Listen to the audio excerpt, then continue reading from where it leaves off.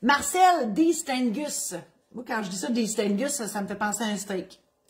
C'est ça, Angus, du bœuf Angus. Mon épouse et moi tenons commerce depuis de nombreuses années et sommes propriétaires de l'édifice où nous opérons au rez-de-chaussée, alors que nous louons des bureaux au deuxième. Depuis quelque temps, nous étudions un projet d'agrandissement de notre édifice par l'arrière sur 50 pieds et de la création d'un autre étage à bureaux. Amenez ça à des projets, hein? Rona est là pour ça. Plutôt que d'emprunter, je dis Rona, mais j'ai pas de je pourrais toutes les nommer, là, mais on n'a pas le temps.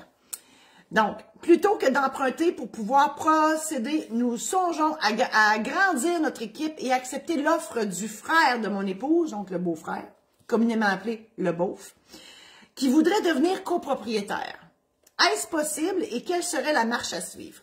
Bon, je comprends que lui a de l'argent, puis il dit, moi, j'investirais, mais j'aimerais ça être parti à la patente.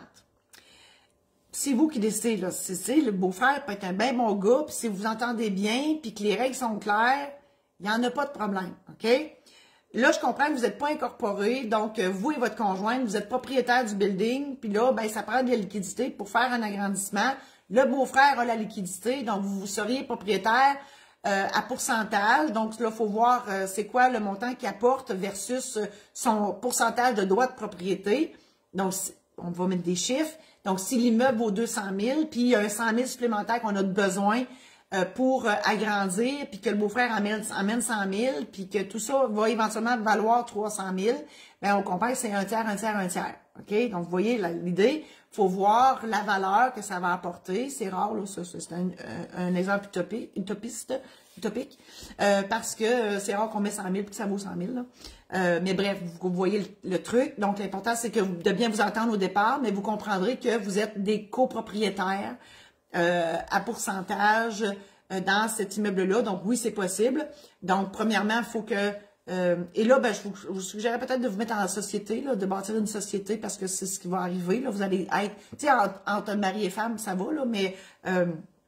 quand un étranger, même si c'est le beauf, il était un étranger à votre couple, à tout le moins, ben, ça devient une société. Vous allez partager des revenus, vous avez des... Puis lui, il amène de l'argent.